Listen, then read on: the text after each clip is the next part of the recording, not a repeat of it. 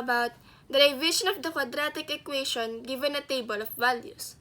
So, let's start. Number 1. Obtain the quadratic function given the table below. So, ito nga yung table na sinasabi. So, ang natin gagawin, itong tatlong pairs na ito, gagawin natin siyang nakaganto. F of x equals ax squared plus bx plus c. So, ito si x na andito, si y. Ang y kasi, siya yung f of x. So, ito, pag sinulat natin, magiging 1 equals a plus b plus c. Bakit a plus b plus c? Kasi yung 1, pag in-square mo, 1 pa rin. A times 1, a lang din. So, sunod naman dito is yung 2. Kapag ginamit mo to, or kapag sinulat mo siya sa gantong pwesto, magiging 4a plus 2b plus c. Then, dito naman, 5 equals 9a plus 3b plus c. So, ayan yung una natin gagawin. Gawin natin siya sa gantong pwesto. Sunod na gagawin natin, eto, ang gagawin natin dito, tatanggalin mo natin tong c. So, ang mangyayari, 1 equals a plus b plus c. Ima-minus mo siya dito kay 2 equals 4a plus 2b plus c. So, pag minus, magiging plus to, magiging negative lahat. Or let's say, magiging kabaliktaran ng sign yung mga nakalagay dito. So, dito, maka-cancel na itong si c. So, 1 plus negative 2, negative 1. A plus negative 4a, negative 3a. B plus negative 2b, negative b.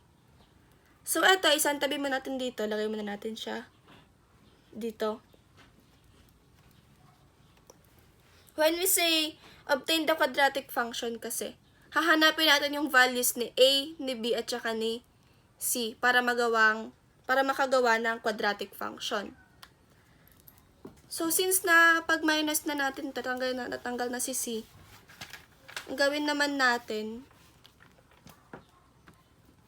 itong dalawa naman yung pagmaminusin para matanggal si c. So, 2 equals 4a plus 2b plus c minus 5 equals 9a plus 3b plus c. So, since minus nga to, magiging baliktad yung mga sign nila.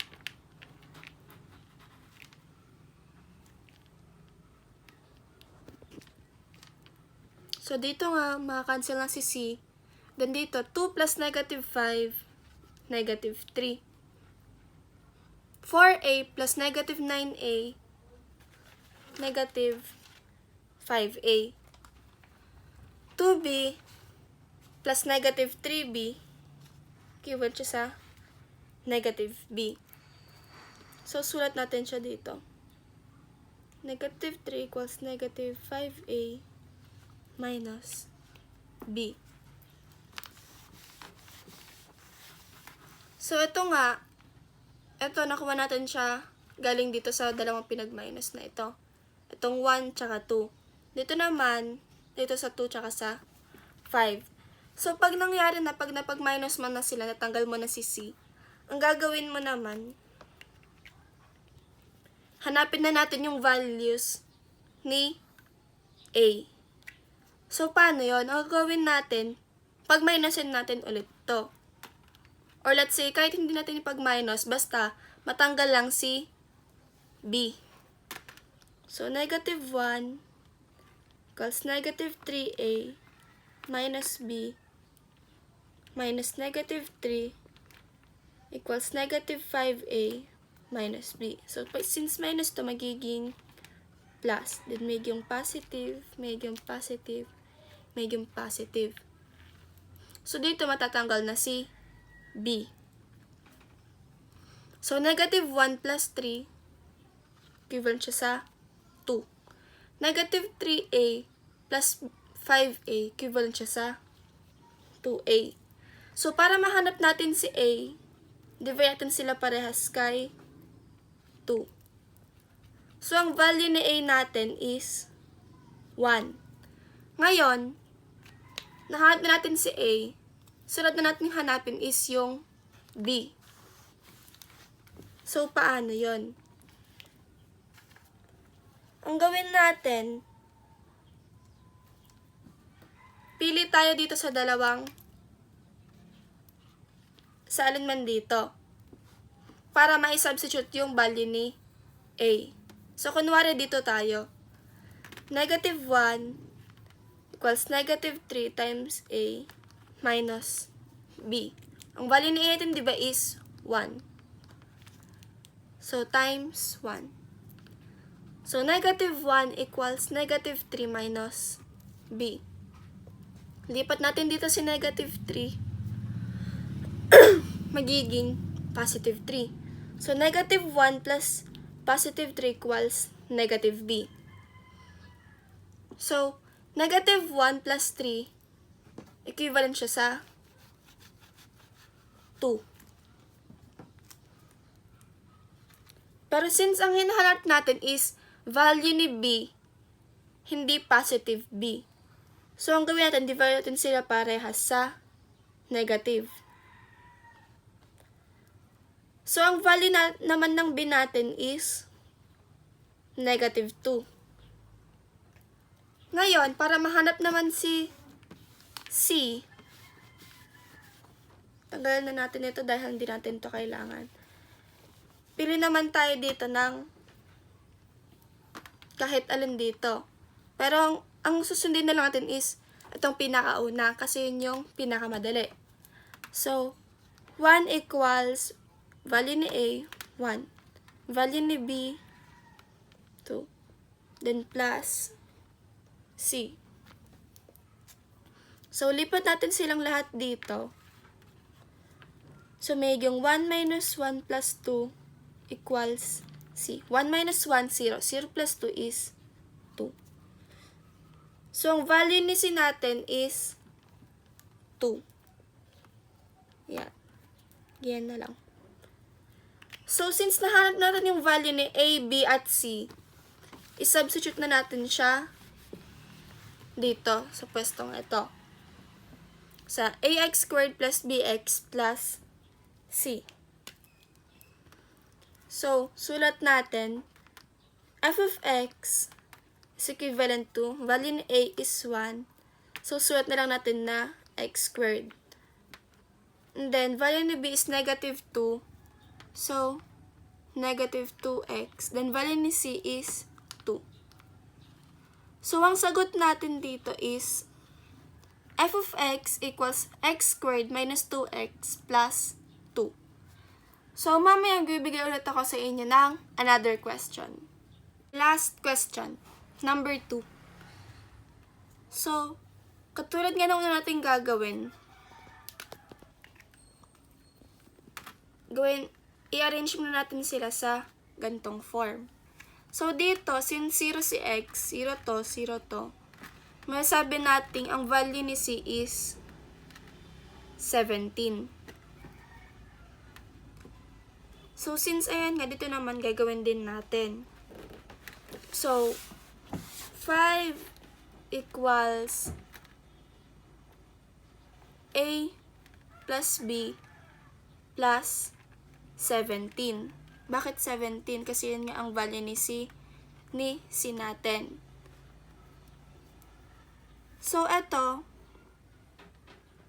gawin na lang natin dito. ilipat na natin dito si 17. So, mangyayari dyan, pag nilipat mo si 17, magiging 5 minus 17. So, magiging negative 12 equals A plus B. Kasi nga, diba, nilipat mo si 17 dito. Then, dito naman sa baba, 1 equals 4A plus 2B plus 17. So, katulad nga nung kanina, ilipat mo dito si 17 ulit. So, ang mangyayari dyan, magiging negative 16 equals 4A plus 2B.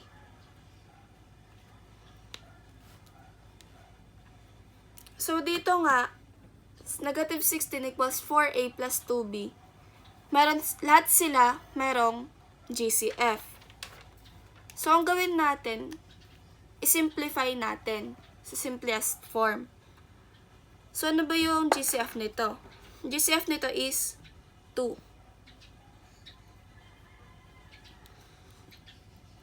So, negative 16 divided by 2 magiging negative 8. 4A divided by 2 magiging 2A. Tapos, ang 2B, divide mo sa 2, magiging B. So, ayan na nga yung simplest form niyan. So, ang susunod na lang natin na gagawin is hanapin na lang si A at B. So, ang gagawin natin dito, gagawin natin siya ng,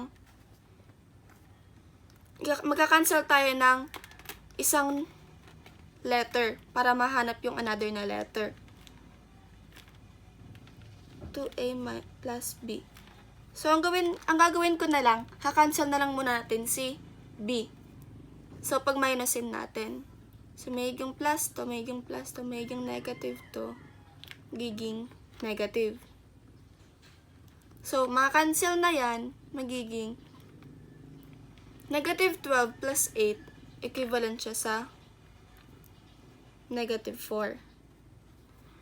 And then, A plus negative 2 ay magiging negative A. Divide mo sila para sa negative. Ang value ni A natin is 4. So, ang gawin, since nahanap na natin si A, pili na lang tayo dito ng pwede nating mai-substitute si A. So, kunwari itong unang parte. So, negative 12 equals 4 plus B. Lipat mo dito si 4, magiging negative 12 minus 4 equals B. Negative 12 minus 4, equivalent siya sa negative 16. So, nahanap natin yung value ng lahat ng A, B, at C. Ang value ni A is 4, ang value ni B is negative 16, tas ang value ni C is 17. So, since alam na nga natin, ilipat natin siya sa gantong pwesto. So, pag nilipat siya sa ganong pwesto, magiging f of x equals 4x squared minus 16x plus 17. Madali lang, diba? That's all for today. Thank you for watching!